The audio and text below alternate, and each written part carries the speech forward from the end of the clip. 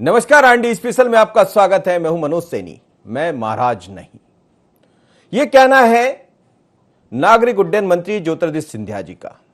आशीर्वाद यात्रा है, आज तीसरा दिन है और जनता से मुलाकात कर रहे हैं, जनता के बीच में पहुंच रहे हैं, आशीर्वाद ले रहे हैं। लेकिन इसी बीच जब इंदौर में उन्होंने मीडिया से बात की तो उन्होंने कहा, दिग्विजय सिंह ने दरअसल कुछ दिन पहले यह कहा था कि अब वो भाई साहब हो गए, पर जब उनको मौका मिला जवाब देने का तो जवाब में उन्होंने कहा कि हां, मैं भाई साहब हूं और भाई साहब होना मेरे लिए सौभाग्य की बात है, पर मैं अब महाराज नहीं हूं, मैं ज्योतिरादित्य सिंधिया हूं। तो क्या ज्योतिरादित्य सिंधिया जी भी इस बात को समझ रहे हैं कि भारतीय जनता पार्टी में किस तरह आगे बढ़ना है, या फिर जिस तरह उनको महाराज श्रीमंत कहा जाता था वो अब इस टैग को खुद छुड़ाना चाहते हैं, या दिग्विजय सिंह जी को आईना दिखाना चाहते हैं? क्योंकि लगातार कांग्रेस के वो निशाने पर रहे हैं। वो कहते हैं कि वो अपने आप को अपने अंदर अहम रखते हैं, ईगो रखते हैं। इस तरह की बात कई बार, कई ऐसे मौके आए हैं जब कांग्रेस के अलग अलग नेताओं की तरफ से आती रही। लेकिन उन्होंने आज जवाब दिया इंदौर में, और फिर जो जवाब दिया वो आप सुन लीजिए। उसके बाद कांग्रेस का फिर पलटवार आया है, वो भी सुन लीजिए। सुनिएगा ज्योतिरादित्य सिंधिया ने क्या कहा। मैं महाराज हूं। दिग्विजय सिंह जी ने कहा था कि भाई साहब, हाँ, मैं आपसे पूछना चाहता हूं, आप भाई बनना चाहते हो, बेटे बनना चाहते हो, या आप महाराज बनना चाहते हो? मैं तो भाई और बेटा बनना चाहता हूं भैया।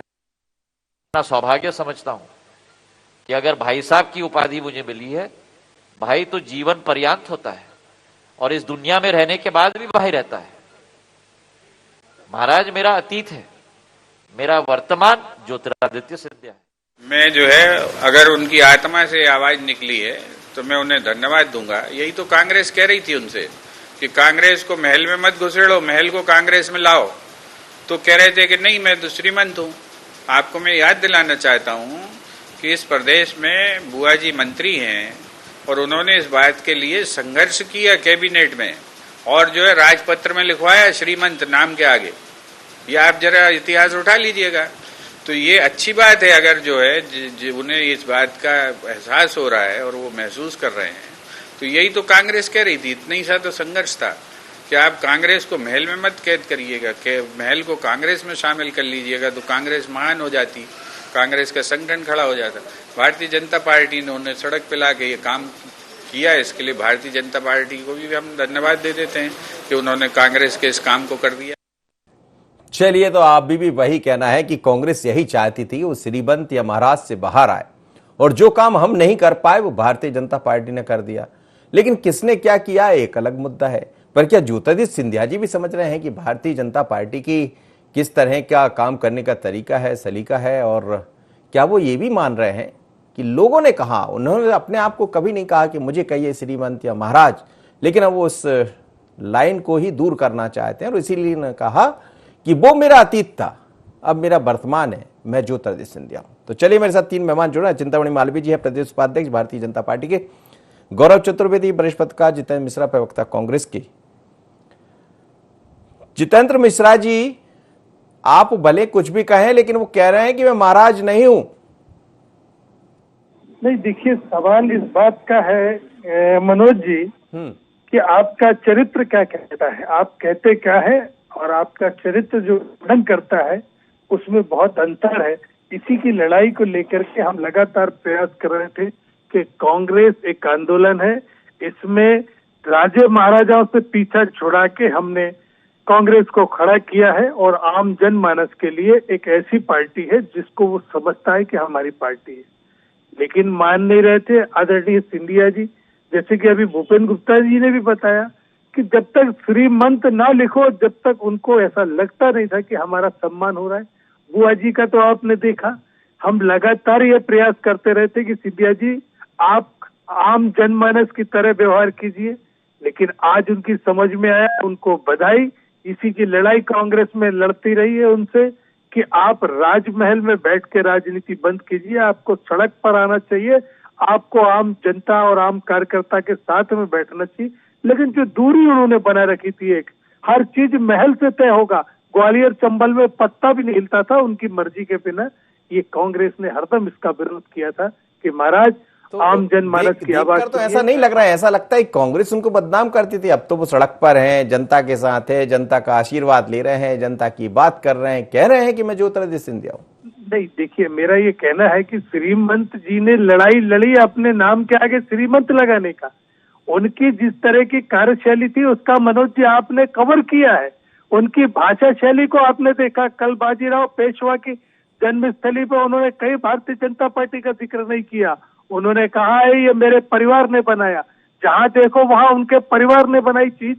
इससे ये लगता है कि कहीं ना कहीं आज भी आपके अंदर वही भावना है जिसको लेकर के कांग्रेस आपको लगातार चेताती रही कि आपको आम कार्यकर्ता के साथ बैठना होगा। कल की भाषा से भी साफ चलिए मैं जवाब लेता हूं। चिंतामणि मालवीय जी, क्या भारतीय जनता पार्टी को समझ गए ज्योतिरादित्य सिंधिया जी, या पार्टी ने समझा दिया, या कांग्रेस उन्हें नहीं समझ पाई थी? देखिए, भारतीय जनता पार्टी में सोच समझ के आए हैं और पहले ही दिन हमारे नेतृत्व ने कहा था कि भारतीय जनता पार्टी में कोई गुट नहीं होता, सब प्रत्येक व्यक्ति कार्यकर्ता है। यहाँ नरेंद्र मोदी जी भी कार्यकर्ता है, अमित शाह जी भी कार्यकर्ता है और शिवराज सिंह चौहान जी भी कार्यकर्ता है। तो प्रत्येक, चाहे वो कितना ही बड़ा नेता हो, वो पहले कार्यकर्ता है और ये हमारी पार्टी की मूल भावना है।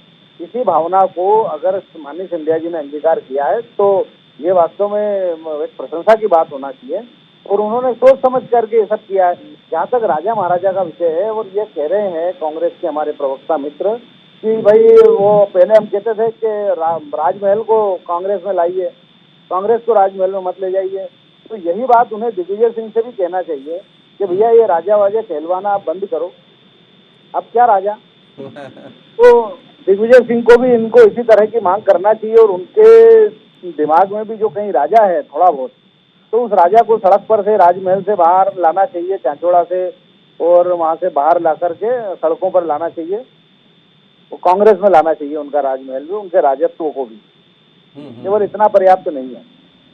जी बिल्कुल। गौरव जी, हाँ जी, कहिए, अपनी बात पूरी कीजिएगा चिंतामणि जी। हाँ, तो माननीय सिंधिया जी कार्यकर्ता के तौर पे काम करते हैं और उनका सम्मान है। ये श्रेष्ठ नेता के कारण है, एक श्रेष्ठ संगठक के कारण है, अच्छे वक्ता के कारण है और वो पार्टी में इतने बड़े व्यक्ति है, राजमाता सिंधिया जी के पोते हैं, इसलिए स्वाभाविक रूप से उनका अपना मान है और उनके अपने स्थान है, उनका अपना सम्मान है। जी गौरव चतुर्वेदी जी, सिंधिया जब भारतीय जनता पार्टी में आए तो उससे पहले खैर कुछ चीजें अलग थी, लेकिन उन्होंने समझा भारतीय जनता पार्टी की कार्यशैली को, कार्य करने के तरीके को, और ऐसा लगता है कि जैसे उसमें रच बस गए। लेकिन मैं महाराज नहीं हूं, इसको कैसा देखें? देखिए, चाहे दिग्विजय सिंह जी हो, चाहे शिवराज सिंह चौहान हो और चाहे ज्योतिरादित्य सिंधिया हो, अगर हम इनकी तुलना काम की करें, इनके व्यक्तित्व की करें तो बहुत ज्यादा अंतर नहीं है। बड़े नेता के तौर पर स्थापित है, मध्य प्रदेश के ग्लैमरस चेहरे के तौर पर स्थापित है और एक जो सबसे बड़ी खूबी इन तीनों राजनेताओं के बीच में है, वो आम जनता के बीच में अपना परसेप्शन क्या छोड़ना चाहिए, कैसे छोड़ना चाहिए, ये इन्हें बहुत अच्छे तरीके से आता है। हेलो जी जी, कहिएगा, अपनी बात पूरी कर बोलिए। अपनी छवि जनता के बीच में कैसी प्रस्तुत करना है, ये इन्हें बताना आता है। ज्योतिरादित्य सिंधिया ने कांग्रेस में रहते हुए भी अपने आप को जनसेवक घोषित किया था। भाजपा में आने के बाद आज वो भले भाई साहब बन गए हों, लेकिन अगर हम देखें, एक जो शैली होती है, एक जो जेनेटिक गुण होते हैं, वो गुण जब राजनीति में कहीं दूरी बनते हुए दिखाई देते हैं तो फिर सिंधिया के टकराव, और जैसे सिंधिया के और राजा के टकराव, कमलनाथ के टकराव नजर आते थे, वैसे भाजपा में भी नजर आएंगे। लेकिन ये अच्छी बात है, आज जिस तरीके से सिंधिया ने अपने आप को प्रस्तुत किया है, अगर वो उस शैली पर चलने की कोशिश करेंगे तो वो बहुत दूर तक जाएंगे और लंबी दूरी तय करेंगे, इस बात से इनकार नहीं कर सकता हूँ। जी बिल्कुल, आप ठीक कह रहे हैं। चलिए एक बार और हम सुनवाते हैं कि आखिर ज्योतिरादित्य सिंधिया ने क्या कहा, क्यों कहा ऐसा कि मैं महाराज नहीं हूं। सुनिएगा, ज्योतिरादित्य सिंधिया आज इंदौर में बात कर रहे थे, सुनिएगा। दिग्विजय सिंह जी ने कहा था कि भाई साहब, हाँ, मैं आपसे पूछना चाहता हूं, आप भाई बनना चाहते हो, बेटे बनना चाहते हो, या आप महाराज बनना चाहते हो? मैं तो भाई और बेटा बनना चाहता हूं भैया। अपना सौभाग्य समझता हूं कि अगर भाई साहब की उपाधि मुझे मिली है, भाई तो जीवन पर्यंत होता है और इस दुनिया में रहने के बाद भी भाई रहता है। महाराज मेरा अतीत है, मेरा वर्तमान ज्योतिरादित्य सिंधिया। जी बिल्कुल, एक नई बहस भी छिड़ेगी, क्योंकि राजा महाराजा, राजा साहब, दिग्विजय सिंह को राजा साहब कहा जाता और ज्योतिरादित्य सिंधिया जी को महाराज कहा जाता है। पर ना वो महाराज रहे, उन्होंने कह दिया मैं ज्योतिरादित्य सिंधिया हूं। तो क्या दिग्विजय सिंह भी ये कहेंगे कि मैं राजा नहीं हूं? जी जितेंद्र जी। सवाल इस बात का है कि कौन क्या अपने आप को कहता है, उससे फर्क नहीं पड़ता। आपका व्यवहार क्या है मनोज जी, इस पे बहुत कुछ निर्भर करता है। आप भले भाई साहब बन जाइए, आप भले कार्यकर्ता अपने आप को बताइए, लेकिन जिस तरीके का आचरण आपका है वो निश्चित कहीं ना कहीं आम कार्यकर्ता से आपको अलग करता है। आपके महल में एक कुर्सी लगी रहती है, बाकी लोग दरी पे बैठते हैं, वो कुर्सी हटवा दीजिए, आप भी दरी पे बैठिए, जैसे सब बैठते हैं वैसे आप बैठिए। राजा दिग्विजय सिंह जी की बात जो की जाए, उन्होंने कहा है कि राजे महाराजाओं के देश, अब तो जो भी काम करेगा जनता के बीच में वो नेता होगा। उन्होंने कभी अपने आप को राजा नहीं बोला, लोग भले बोलते हैं, लेकिन दिग्विजय सिंह जी की कार्यशैली देखिए आप, दिग्विजय सिंह जी की पदयात्रा करने का, कार्यकर्ताओं से मिलने का तरीका देखिए आप, बहुत अंतर है। सिंधिया जी का तरीका देखिए आप, महल के अंदर एंट्री कितनी प्रतिबंधित है वो देखिए, किस तरीके से कार्यकर्ताओं के और उनके बीच में दूरी है वो देखिए। कहने से कुछ नहीं होगा मनोज जी, आपको आचरण में दिखाना पड़ेगा कि अब आप महाराज नहीं, आप भाई साहब बन करके काम कर रहे हैं। कांग्रेस में भी आप कहते थे मैं एक कार्यकर्ता के रूप में काम कर रहा हूँ, लेकिन आपने जिस तरीके से कांग्रेस को चलाने का प्रयास किया, आम कार्यकर्ता की गुस्सा नाराजगी का कारण ये था कि देखिए आप नेता है, नेता की तरह से व्यवहार कीजिए। आप राजा महाराजा नहीं है कि एक कुर्सी रहेगी, बाकी लोग खड़े रहेंगे, आप बैठेंगे ऊपर, लोग बैठेंगे नीचे। ये सब कांग्रेस की कार्यशैली नहीं थी। लगातार उन्हें समझाने का प्रयास किया गया। लेकिन अब आप देख रहे हैं इस समय तो जन आशीर्वाद यात्रा चल रही है, और उसमें ज्योतिरादित्य सिंधिया कहाँ कभी नीचे उतरते हैं, किसी के गले लग जाते हैं, बातें करते हैं, बच्चे दिख जाते तो उनको गोद में ले लेते हैं। तो यही तो बदलाव तो है। सिंधिया जी बदल तो गए हैं। अब वो दौर गया जब महाराज, और उन्होंने भी कहा वो मेरा अतीत था। तो बदली हुई चीजों को कभी कभी तारीफ भी करना चाहिए। मनोज जी आप उनके महल की व्यवस्थाएं देखिए। अब आप अगर मुझसे ये कहें कि महल के अंदर की व्यवस्था अलग है, बाहर की अलग है, तो राजनेता का ना महल होता है ना बाहर होता है, उसका जैसा चरित्र अंदर होता है वैसे ही कथनी और करनी में समानता दिखती है।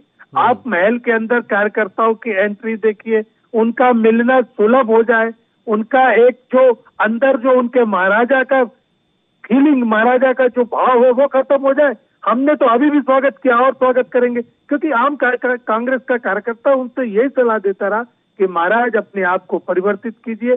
हर आदेश महल से नहीं निकलेगा, कांग्रेस महल से बाहर आकर के राजनीति करना पड़ेगा आपको, जब जाकर के आप कांग्रेस में रहेंगे और कांग्रेस में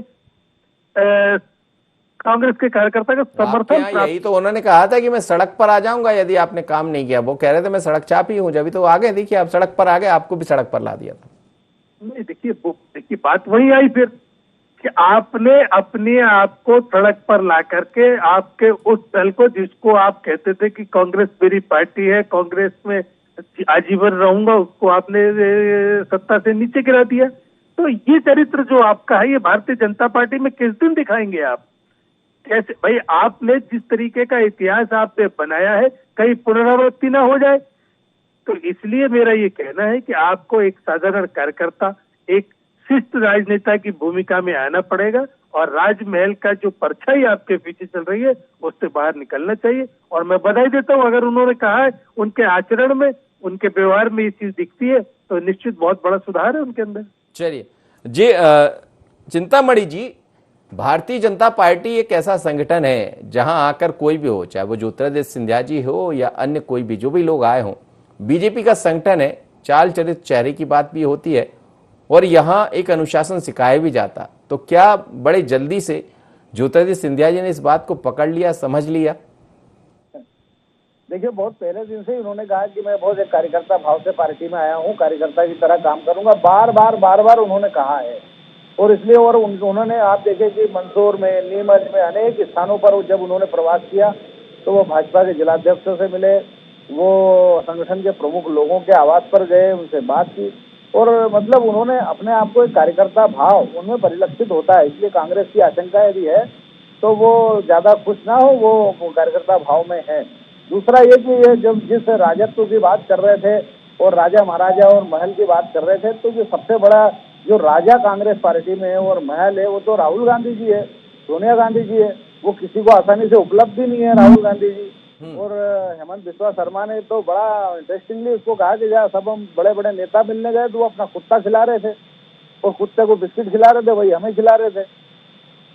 तो सबसे बड़ा राजा महाराजा तो राहुल गांधी जी है। तो आप यही सलाह जो ज्योतिरादित्य सिंधिया जी को देते थे, यही सलाह राहुल गांधी जी को भी दीजिए कि भैया आपका ये राजाओं से भी बड़े राजा जो आप हो गए हैं, गांधी परिवार, वो आप त्याग दीजिए और ऐसा लोगों से मिलिए जुलिए, लोगों के बीच आइए, लोगों को सम्मान दीजिए, बात कीजिए, संवाद कीजिए।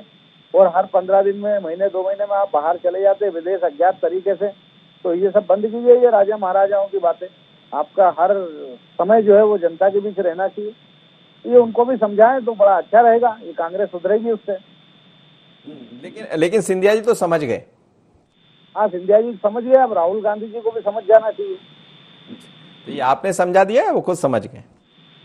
जी जी, नहीं, सिंधिया जी तो खुद ही समझ गए और ऐसा हमारे समझाने का, वो तो बहुत बढ़िया विवेकवान व्यक्ति है और अच्छे लीडर हैं, परिस्थितियों की समझ उनको है। और निश्चित रूप से वो पूरे मन से भारतीय जनता पार्टी में, क्योंकि वो कांग्रेस में आधे मन से थे। हम तो उनको सदन में भी देखते थे कि कांग्रेस के जिन मुद्दों पर वो विषय रखते थे, बहुत आधे मन से रखते थे, क्योंकि कांग्रेस के इसी तरह के विषय होते थे। वो कश्मीर में पाकिस्तान के साथ खड़ी होती थी, वो अन्य मुद्दों पर विदेशों के साथ खड़ी होती थी, चीन के साथ खड़ी होती थी। तो स्वाभाविक रूप से इनको जो विषय रखते थे, ये तो बड़े आधे मन से रखते थे। तो कसमसाहट और जो है एक तरह की बेचैनी कांग्रेस में उनको थी। यहाँ आकर के उनको खुला वातावरण मिला है, वो उसका आनंद उठा रहे हैं और लोगों के बीच जा रहे हैं। और दूसरा एक और बात मैं कहना चाहता हूँ, बंधु होने के लिए, भाई होने के लिए इंसान होना पड़ता है जी। तो ये राजा महाराजा होने के लिए वो तो इंसान से ऊपर होते हैं। तो ये दिग्विजय सिंह जी को बताया कि वो भी भाई हो जाए, बंधु हो जाए, क्योंकि उसके पहले उन्हें इंसान होना पड़ेगा। जी जी, गौरव चतुर्वेदी जी, भाई बंधु की बात चल रही है और मुझे लगता है इस समय की जो राजनीति है, क्योंकि अब वो दौर गया जब आप किसी भी पद पर रहे हों, चाहे महाराज रहे हों, राजा रहे हों या कोई बड़ा नेता रहा हो, कि आप मिलेंगे नहीं, इंतजार करा देंगे मतदाता को, वो अब चलता नहीं है। और ज्योतिरादित्य सिंधिया भी नई पीढ़ी के, नए दौर के नेता है और नई दौर की जो परिभाषा है उसको उन्होंने समझ भी लिया, खासकर भारतीय जनता पार्टी में आने के बाद। तो क्या कांग्रेस उनको समझा नहीं पाई थी इस बात को? मनोज जी, चिंतामणि जी ने बहुत अच्छी बात कही कि वो परिस्थितियों को समझने लगे हैं सिंधिया जी। आपने और हमने तो देखा है कांग्रेस के समय में भी विभिन्न आंदोलनों के समय पर, विभिन्न अवसरों पर सिंधिया का जो प्रदर्शन रहता था, वो एक आकर्षक व्यक्तित्व के तौर पर आम जनता के बीच में प्रभावी भूमिका छोड़कर जाता था, कार्यकर्ताओं के बीच में भी छोड़ता था। किसान आंदोलन की बात करें, जो अनशन ज्योतिरादित्य सिंधिया ने किया था वो, या भोपाल में जितने भी आंदोलन हुए हैं उनमें उनकी जो भूमिका रही है, तो बड़े नेता के तौर पर उनकी भूमिका तो रही है। लेकिन जिस तरीके से जो आज वर्तमान दौर में जो बातचीत, बयानबाजी दिग्विजय सिंह, भूपेन्द्र गुप्ता, कांग्रेस और भाजपा के बीच में चल रही है, उससे इतर बात यह है कि आपको अब अपना आकलन करना पड़ेगा। सिंधिया जी जब कांग्रेस में थे तो वे देश में तीसरे नंबर के नेता के तौर पर गिने जाते थे, अगर हम राहुल गांधी की बात का यकीन करें तो। और आज अगर हम मध्य प्रदेश में उनका आकलन करें तो 8वें और 10वें नंबर पर आ रहे हैं। जिस तरीके से भाजपा की प्रोटोकॉल लिस्ट बाहर आती है, उनमें उनका जो नंबर रहता है वो 8वें 9वें नंबर पर रहता था। क्योंकि आज केंद्रीय मंत्री बन गए हैं तो उनकी भूमिका और ऊपर उठ गई है। लेकिन अब जो प्रमुख लड़ाई है, जिस तरीके से सिंधिया जी की कार्यशैली को मैं समझता आया हूं, वो कार्यशैली हमेशा अपने आप को प्रथम पंक्ति के नेता के तौर पर स्थापित करने की रही है और प्रथम पंक्ति के नेता में भी प्रथम स्थान पर आने की। तो जो मध्य प्रदेश के बाकी नेता हैं उनमें अपने आप को आपको अगर प्रूव करना है तो आपको अपना प्रदर्शन सुधारते हुए दिखाना पड़ेगा और उसको सर्व स्वीकार्यता के साथ आगे बढ़ाना पड़ेगा। इससे बढ़कर मैं और कुछ नहीं मानता हूं इससे भी। बिल्कुल। और क्या आपको लग रहा है कि वो सर्व स्वीकार्यता जो शब्द आपने इस्तेमाल किया है वो उस तरफ बढ़ चले? नहीं, स्वाभाविक तौर पर क्योंकि भारतीय जनता पार्टी एक कैडर बेस्ड पार्टी है और भाजपा के कार्यकर्ताओं की एक सबसे अच्छी खूबी के तौर पर मैं सिंधिया जी के इस दौरे में देख रहा हूं, वो जिस तरीके से सिंधिया जी को हाथों हाथ ले रहे हैं उससे उनकी सर्व स्वीकार्यता बढ़ती हुई नजर आ रही। क्योंकि कांग्रेस सिर्फ व्यक्तिवादी गुटों में बटकर रह जाती थी, इसलिए सिंधिया वहां सर्व स्वीकार्य नहीं हो पाए। क्योंकि Bharatiya Janata party cadre based party है, इसलिए मुझे लगता है कि वहां पर उन्हें बहुत आसानी के साथ स्वीकार कर लिया जाएगा। बिल्कुल। चलिए जितेंद्र जी, लेकिन ये आपके लिए अब चैलेंज भी है, जिस नेता को जो चार्मिंग लीडर आपके यहाँ था वो भारतीय जनता पार्टी के साथ है, आप कहते कि वो महाराज दिखाई देते थे, हम यही कहते थे, आप नहीं समझा पाए, वो समझ गए। अब समझ गए तो एक बड़ी चुनौती और कांग्रेस के सामने खड़ी हो गई, क्योंकि वो अब जनता के नजदीक भी पहुंच रहे हैं, जनता से बात भी कर रहे हैं, जन आशीर्वाद में वो समझ भी आ रहा है, और महाराजा का जो टैग लगा था वो भी उन्होंने छोड़ दिया। पर कांग्रेस के सामने यही एक बड़ा चैलेंज है कि एक अच्छा चेहरा तो आपके पास से चला गया और अब वो जनता का चेहरा बन गया। नहीं मनोज जी, इसके पहले भी कई चेहरे कांग्रेस से गए हैं। श्रीमान ज्योतिरादित्य सिंधिया के पिताजी भी कांग्रेस छोड़ के गए थे, और भी बड़े चेहरों ने कांग्रेस छोड़ी थी, लेकिन उनका क्या हश्र हुआ इसको भी नहीं भूलना चाहिए। रहा सवाल ज्योतिरादित्य सिंधिया जी का, तो वो अस्तित्व की लड़ाई लड़ रहे हैं।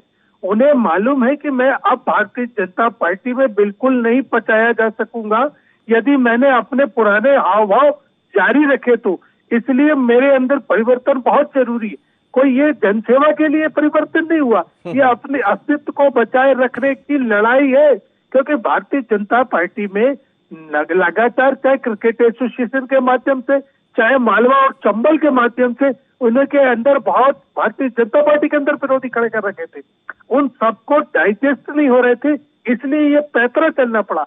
मैं आपसे बार बार कह रहा हूँ, कहने और करने में बहुत अंतर होता है, उनकी कार्यशैली में दिखाई दिया जाना चाहिए। आपने महल का दरवाजा देखा होगा, किस तरीके से वहां पर आम कार्यकर्ता बाहर खड़ा रहता है, तो मुझे लगता है उसमें परिवर्तन करें।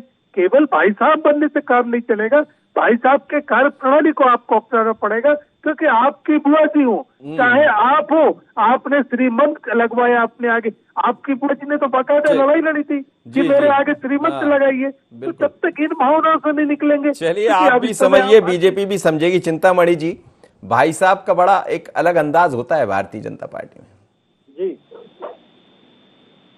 मैंने कहा भाई साहब का जो लफ्ज है बीजेपी में बहुत अलग तरह से देखा जाता है। अब देखिए साहब, हमारी पार्टी जो है वो परिवार पार्टी है, और इसलिए संबोधन भी वो है जिसमें आत्मीयता झलकती हो और आत्मीयता का संकेत मिलता हो। तो इसलिए स्वाभाविक है कि हम इसी तरह बोलते हैं। हमारे लिए कोई सर नहीं होता, कोई नेता नहीं होता, हम तो परिवार की पार्टी है, और इसलिए इसी तरह के संबोधन ये स्वाभाविक उसका उत्सर्ग है, ये स्वाभाविक रूप से निकलेगा सब।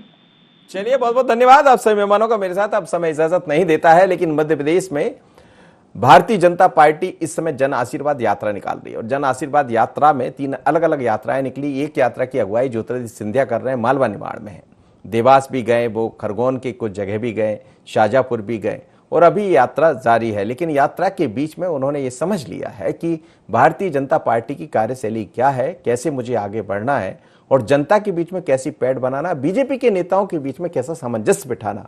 और यही है, कहा भी यही जाता है कि समय के साथ जिसने अपने आप को बदल लिया, समय के साथ जिसने चलना सीख लिया, वो उसको अपनी मंजिल तक पहुंचने में कोई रोक नहीं सकता। और शायद महाराज यानी ज्योतिरादित्य सिंधिया समझ गए, इसीलिए कह रहे हैं मैं महाराज नहीं, मैं ज्योतिरादित्य सिंधिया। इतना ही, मुझे दीजिए इजाजत। बने रहिए ND24 पर। नमस्कार।